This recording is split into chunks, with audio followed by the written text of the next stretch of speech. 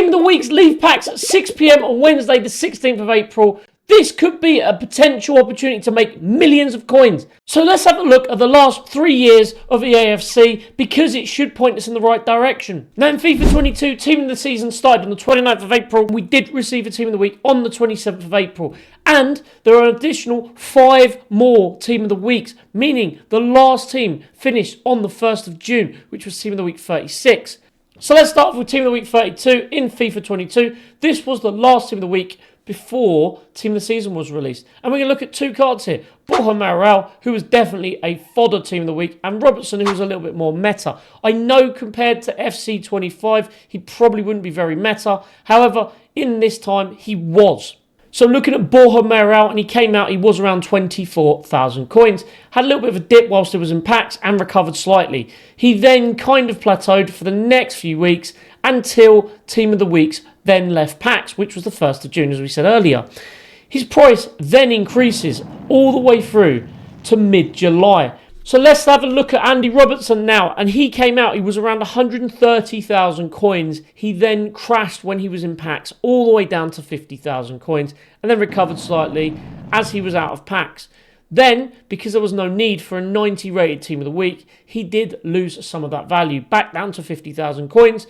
As you'll see from the 1st of June, Robertson's price then does increase. However, it's not as profound as the Borja Mayoral. This is purely on the basis that he's more expensive and therefore he's less in demand for SBCs. All in all, if you'd invested here, you could have made coins. However, you'd have been waiting a few weeks for that return. And I do think waiting that long probably isn't worth it. So let's go to the last Team of the Week and have a look at the opportunity there, shall we? Right, on to Team of the Week 36, and I've got 3 to show you from that week. 79 Eserix, he definitely falls into the category of fodder. He's good fodder. There's no way you're going to use a 79 rated card for anything other than the fact that he's a Team of the Week.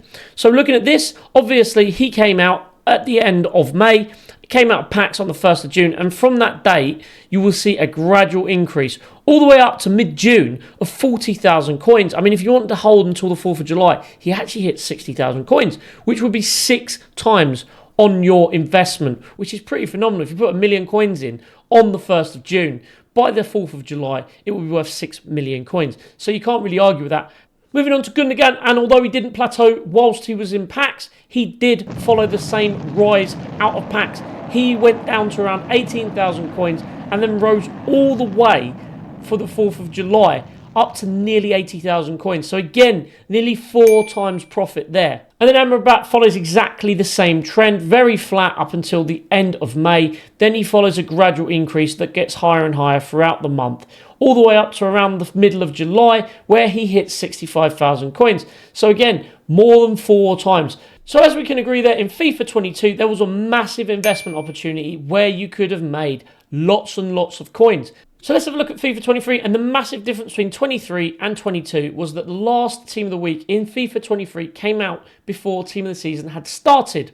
So let's have a look at 2 options here. We've got Ure and Camavinga. Camavinga is definitely a meta player. Look at that price. He was 400,000 coins on release. He then went down to nearly 200,000 coins.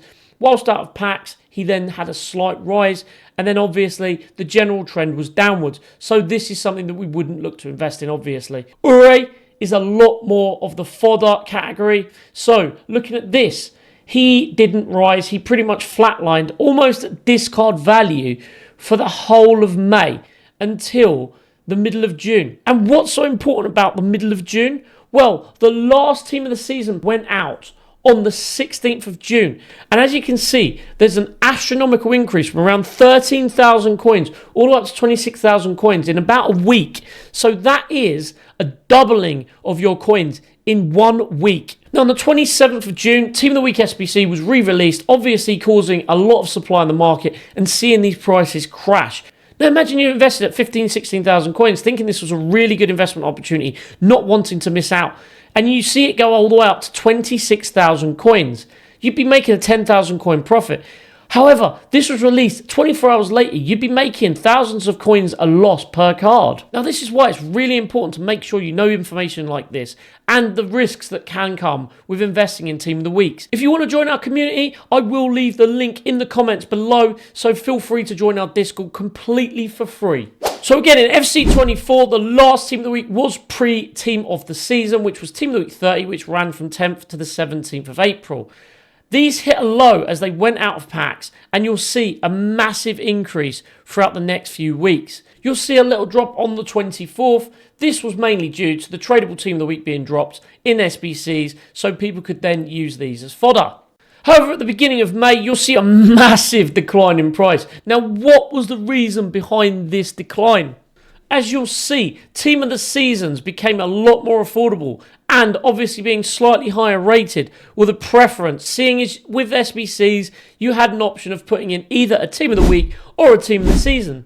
As you'll see, similar to FIFA 23, there is an increase from the end of May. Now, this is again because Team of the Seasons were removed from packs and we had a new promo come out. So as you can see, there's a massively credible opportunity here to make a lot of coins. However, let's have a look what's different about FC25 from the previous years. So the good thing about FC25 and the Team of the Weeks is they are a lot lower than they have been in previous years. You can pick up some of these cards for around 12 or 13,000 coins, especially on mass bid. So when you go, don't snipe mass bid because you can pick up a lot of these for cheaper than their minimum buy it now price. The reason that's important is because there's less risk. You can quick sell these for just over 10,000 coins. So even if they did reach minimum price, there isn't much of a loss. The other thing that's different this year is we get a lot of Team of the Weeks in our rewards. So there should still be a constant supply. This should carry on into Team of the Seasons. We may not get Team of the Weeks, but we'll likely get Team of the Seasons as rewards from Foot Champs, Squad Battles,